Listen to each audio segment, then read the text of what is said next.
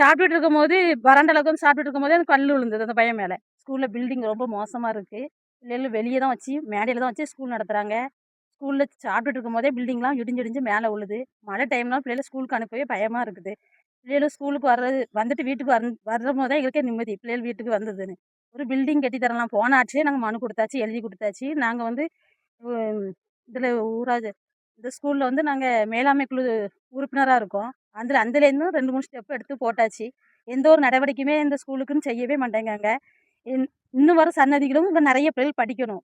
இந்த சன்னதியோட இந்த ஸ்கூல் இப்படி மூடிடக்கூடாது. இப்பவுமே பிள்ளை ஸ்ட்ரென்த் ரொம்ப குறைஞ்சிட்டு. ஒருத்தவங்க கூட ஒரு 2 பேர் கூட ஸ்கூலுக்கு அனுப்ப ரொம்ப பயப்படுறாங்க. ஃபர்ஸ்ட் ஸ்டாண்டர்ட்லாம் ஒரு ஒரு பிள்ளைகள் 2 பிள்ளைகள் அப்படி தான் அட்மிஷன் நடக்கு. இந்த நிலைமை இப்படி நீடிச்சா இந்த ஸ்கூலுக்கு பிள்ளைகள விடவே மாட்டாங்க. இந்த ஊர்ல இருக்கிறவங்களே வெளியே விடுறாங்க. எதுக்காக? ஸ்கூல் பில்டிங் சரியில்லைன்னு தான்.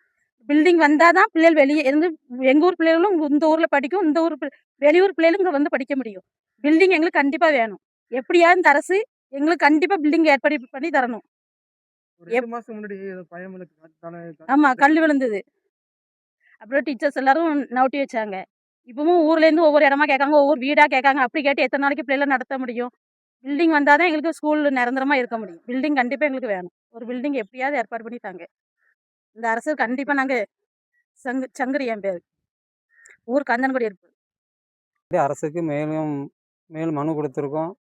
இப்பவும் புதிய அரசாங்கம் வந்ததுக்கு மேலும் மனு கொடுத்துருக்கோம். ஆனால் ரொம்ப பதட்டமான நிலை இருக்கனால பள்ளிக்கூடத்து பிள்ளைகளை உள்ளூரில் இருக்க பிள்ளைகள்லாம் வெளியூரில் கொண்டு சேர்க்காங்க. ஏன்னா இந்த பள்ளிக்கூடம் பில்டிங் மோசமாக இருக்கிற காரணத்தினால எல்லாருமே என்ன செய்றாங்க, பள்ளிக்கூடம் சரியில்லை, அதனால் நாங்கள் உள்ளூரில் சேர்க்க நாங்கள் வெளியூரில் சேர்க்காங்க. ஆனால் இங்கே 8th வரைக்கும் இருக்குது. ஆங்கில வழி கல்வின்னு இருந்து போதுமான அரசாங்கம் இன்னும் நிறைய எங்கள் பள்ளிக்கூடத்துக்கு இந்த ஊர் கிராமத்துக்கு நல்லா செய்ய வேண்டிய வாய்ப்புகள் நிறைய இருக்குது. ஆனால் செய்ய மாட்டேங்காங்க. ஆனால் இனிமையாவது செய்யணும். செஞ்சால் தான் எங்கள் பள்ளிக்கூடத்துக்கு இந்த பிள்ளைகளுக்கு சீக்கிரமாக சேர்க்க முடியும். இல்லை எங்கள் ஊரில் பள்ளிக்கூடத்தை வச்சு எல்லோரும் வெளியூருக்கு போக வேண்டிய காரணமே பள்ளிக்கூடம் வீக்னஸ் அதிகமாக இருக்கும். பள்ளிக்கூடம் வந்து அதிகமான முறையில் சாப்பாட்டு இருக்குதுல திடீர்னு பள்ளிக்கூடம் வந்து மேலேருந்து சின்ன சின்ன பீஸுகள் உடஞ்சி விழுது. பிள்ளைகள் எந்த நேரம் என்ன நடக்குமோ வீட்டில் வந்து எப்போ பள்ளிக்கூடத்தில் சின்ன சின்ன துண்டாக உடஞ்சி விழுதுன்னு சொல்ல வந்து நாங்கள் என்ன செய்ய முடியும், அரசாங்கத்துக்கு தான் தெரியப்படுத்த முடியும். அதனால் இந்த முன்னிட்டு சீக்கிரமாக எங்கள் பள்ளிக்கூடத்துக்கு என்ன நடவடிக்கை எடுக்கணுமோ சீக்கிரமாக எடுத்து புது பில்டிங்குக்கு கண்டிப்பாக இந்த அரசாங்கம் மேலும் முறையிட்டு கேட்டுக்கொள்கிறோம். இதை விட்டு இன்னும் மற்ற பிள்ளைகளுடைய நிலைமைக்கு அடுத்தடுத்து ஊருக்கு வெளியூருக்கு செல்ல வேண்டிய பிள்ளைகளை பூரா இந்த ஊரில் சேர்க்கணும்னா அடுத்து தொடர்ந்து இன்னும் பள்ளிக்கூடங்கள் மேலும் கட்டி கொடுத்தா தான் பண்ண முடியும், படிக்க வைக்க முடியும். ஆனால் ஆங்கில கல்வி அரசாங்கம் இந்த அளவுக்கு நல்ல சலுகை செய்யுது. அந்த மாதிரி இந்த புது பில்டிங் கண்டிப்பாக எங்களுக்கு நிச்சயமாக தேவை. பிள்ளைகள் வந்துட்டு வீட்டுக்கு வந்தால் தான் எங்களுக்கு தெரியும், என்னப்பா பள்ளிக்கூடத்தில் எதுவும் நடந்துச்சு, ஆமாப்பா நேற்று அந்த ரூமில் விழுந்துச்சு, இன்றைக்கி இந்த ரூமில் விழுதுன்னு சொல்கிறாங்க. நாங்கள் என்னாலும் பள்ளிக்கூடத்தில் போய் டெய்லி போய் பார்க்க முடியாது. ஏன்னா எங்கள் வேலையில் நாங்கள் பார்க்கணுமா. ஸ்கூலில் டீச்சர் என்ன செய்வாங்க, டீச்சர்கிட்ட கேட்டால் நாங்கள் எழுதி கொடுத்துருக்கோங்காங்க. நாங்களும் எழுதி கொடுக்க தான் செய்கிறோம். ஆனால் முடிஞ்ச அளவுக்கு போன ஆட்சியில் கொடுத்துருக்கு. இது வரைக்கும் எந்த நடவடிக்கையும் இல்லை.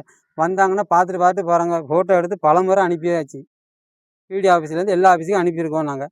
இதை இந்த பள்ளிக்கூடம் கட்டி கண்டிப்பாக 40 ஆண்டுகள் மேலே ஆகிவிட்டது. இதுக்கு உண்டான எங்களுக்கு புது பள்ளிக்கூடம் கண்டிப்பாக தேவை.